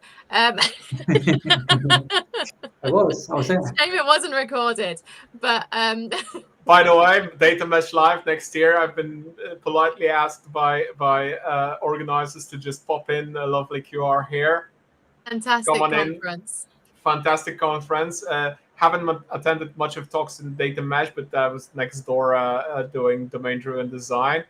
But wonderful people, wonderful conversations outside of the specific talks. So Belgium, Antwerp, next year in June. I'll probably be there, probably again attending the DDD Europe instead. But maybe this time I'll get the all-in ticket. We're getting those crossovers. This is the great thing about these two conferences being co-located. It allows us to start having these conversations and bringing these cross-cutting concerns together rather than having it siloed. I mean, who knows? Maybe we'll turn this into a talk for DDD or Data Mesh just to cross over. It's not a bad idea, guys. That would definitely be something, because just stumbling on stage onto those language problems and semantic understanding, for example, of metadata, what are metadata and data contracts and how somebody else understands them, might just show the community how problematic this actually is in building that common language and a ubiquitous language and understanding of what we're doing on what abstraction level. There is a huge crossover as well, like obviously coming forward from the operational, the software engineering side. I had the experience of DDD, so it's interesting stepping back and looking at that. We used a lot of the kind of the techniques, the collaborative modeling techniques in order to establish what our domains are, what our data products are. It's the same kind of approaches. There's not that much difference. So we should be bringing it all together. Yeah, from a perspective of, let's say, event storming, and then cutting out bounded context out of the event storming session. I mean, does that really differ that much? I don't think it differs methodically. Is the focus is instead of on the process. Event storming is where I started with all of this, and our data mesh journey started with a lot of event storming sessions with the business. Alberto, come to our live stream. Maybe he's watching. Maybe he'll be watching someday. I don't think he's watching right now, but it would be fun to talk to Alberto about event storming. But that's a completely different topic. But yeah, these are analogous, because if we talk about operational systems and we cut out the bounded context and the subdomains, domains of those systems, then this is most of the times one-to-one to data architecture and then the domain partitioning of data. So that is a very relevant exercise to just cross over from data mesh to DDD and back again to take those learnings and apply them in that field. I know that I'm taking for application integration, I'm taking a lot from DDD, because we can also apply domain partitioning within data movement for a change. We don't have to persist anything to apply domain boundaries and bounded context. Oh, and context mapping, that get me started there. I spent over 3 hours explaining how that works in integration platforms to Philip, my co-host at the workshop. He couldn't believe me that this is actually a realistic thing that happens in integration platforms. But there we are. Took DDD, applied it to integration platforms. It's like, wow, a whole new world out there. So crossing those boundaries, and especially when a conference, well, 3 conferences at the same time are in the same space, these are some amazing conversations to be had there with people from Event-Centric, from Data Mesh, from DDD. There's a really interesting mix there. So very much worthwhile attending. We've all been there. It's quite an interesting thing, especially in the evening when you just sit down in the lobby and talk with people over your experiences and the differences in your experiences, and there are plenty. And the similarities. And similarities as well, yes. But then, talking about differences, I think this is maybe the last topic for today, given that we've been talking for nearly 2 hours now. Organizational barriers. Rachel, I know that you're quite opinionated on that. You had a very strong statement about technology being a barrier or not in the organization. Hit us with this last pieces of wisdom for the end of the stream before we end. Let's dive into it. It kind of ties in probably a little bit with what we were talking about earlier on. So it's one of the great things about kind of like being an architect and working with people both on the technical side and the business side and across multiple different projects is you get some interesting opinions expressed.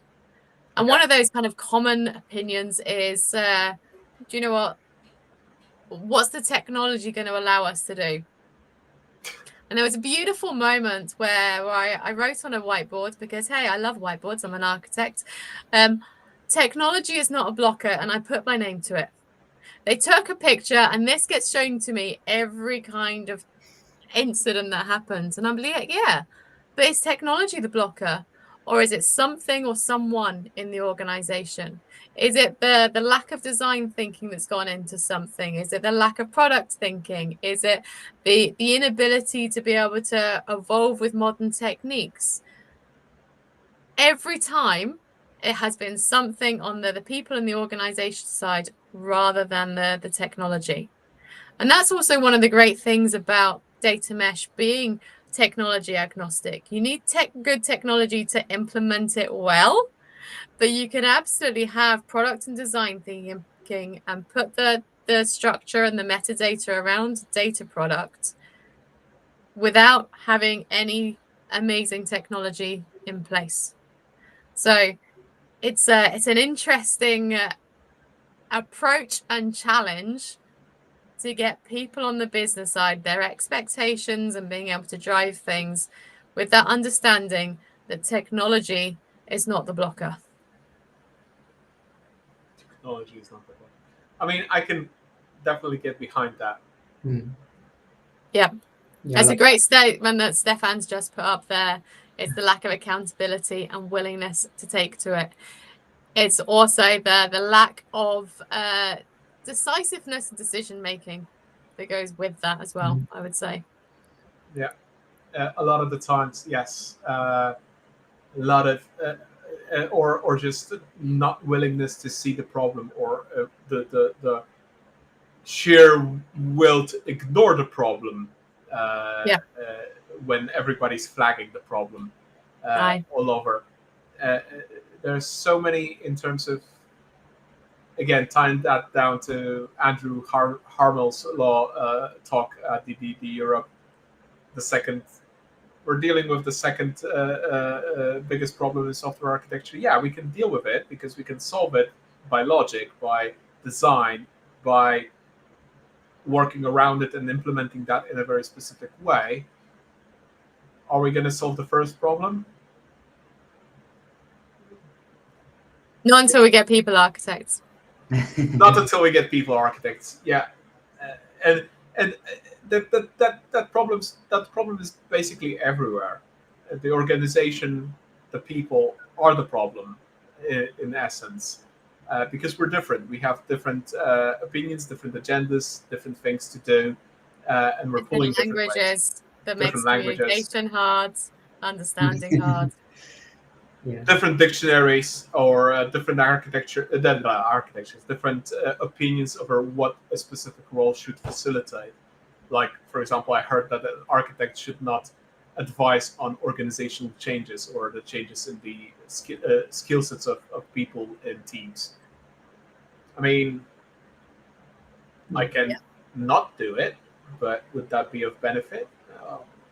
And again, that's not a technical issue. Tech is not the problem. It's the people, the organization, the processes. So often without consideration for what we're trying to achieve. If you think of one of the big common reasons for people to change their data architecture, whether it's data mesh or anything else that they want to pick up, it's about providing access to data. There is no point in providing access to data if you don't have people who understand what to do with it and what they're looking at when it's provided. So as an architect, I certainly have a very keen interest in raising the data literacy in our organization. And I would be very offended if people said that wasn't part of my role or part of my interest, because there's no point in me doing my job if it's not providing business value at the end of it, and there's no business value if people can't use the data. Kind of feel the same with literacy over moving data and utilizing that in a manner that is aligned with the business. Same thing, different scope of a field. Andrew? I agree with all that. Like, sometimes people talk about, like, they say, it's politics, and like try and use that as like a term that like dismisses all of it as politics. I can't go through that, but it's politics. Just what happens when people get together and have their, like I said, all the different views, different backgrounds, different experiences, and maybe everyone's a people architect. All architects are people architects first, I think, and their subject matter actually is almost secondary. You have to. The thing about data mesh as well, like, it's always described like a social technological thing. It's always about the communication first, really. Integration between applications, that's always about why we're doing this, what's the point. So that's all communication with humans. It's the most important thing. And actually, the way I've grown over the last 5-6 years I've been doing this, I was an engineer, leading the data platform team. Eventually started getting involved in kind of architecture, and that conscious idea I had. The hardest part was the communication, always is. The platform was really easy. Capabilities of ours was trivial almost. The hardest part was communication, getting alignment, getting people into this idea of doing data a bit differently and why it's important to the business. I was lucky I had a really great product manager at the time. She really helped me a lot to learn these skills. But now if I didn't know those skills, I wouldn't be like in the position I'm now. Like, I wouldn't have got both kind of promotions. So it's the most important part, really. You can't get any of this done with just technologies. It's the people. It's the most important part. Hardest part, the most important part. I think if I haven't worked on my people's skills, I'll be still sitting in a cubicle somewhere, and we wouldn't be having this conversation today. No, that's fine. Some people want to just do the code, but Yeah. But if you want to become more senior, you have to improve people's skills, and if you want to have great impact, then just the amount of code you can write in a day, like you have to work with people to have that impact, and the more you can do that, the greater impact you can have, the higher up you get in your organization, if that's your goal. So parting words would be then, if you want to do anything, invest in being a people architect. All the technical domains, technical architecture stuff is fun, but people architect, that's the way to go. Try that and be the people architect. All right, before we finish, before we go, I'm going to just switch into a one short slide for a moment to drop the feed. So coming up next from Loosely Coupled, that's in September. We're going to have a little bit of a break. The next week there is no live stream, so we're having federated API management, another technical topic this time around. And we're going to be having Adib Tahir from API Wiz, which is a API Management Federation solution. And we're going to have a bit of a technical discussion of what is that problem. I think that's going to be quite an interesting one.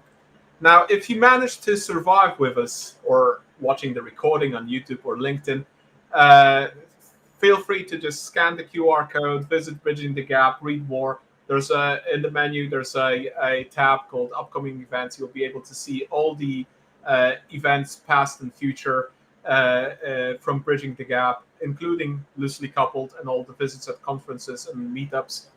Subscribe to our Substack. We publish articles. They're fairly technical. We're having a bit of a looser approach here on the stream. And subscribe to the YouTube channel.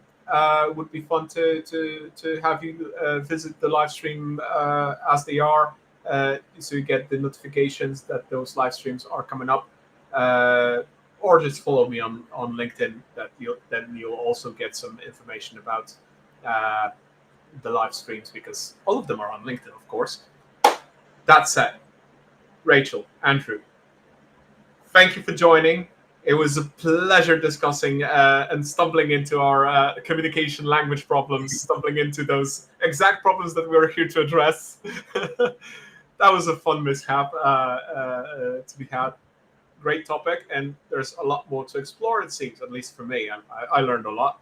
I learned that I, again, don't know everything. I'm not the wisest person in the room. Thank you for that. Thank you for humbling me. And parting words. Just thank you for having us, really. I've imparted all the wisdom I have, if you can call it that. And I'm looking forward to tuning into your next live stream. Yeah, it's been really enjoyable. Thank you for having us. I've been really great discussion. Thank you. All right. Thank you, Dan, and a good night, everybody. Or, whatever the time of the day is that you're watching this.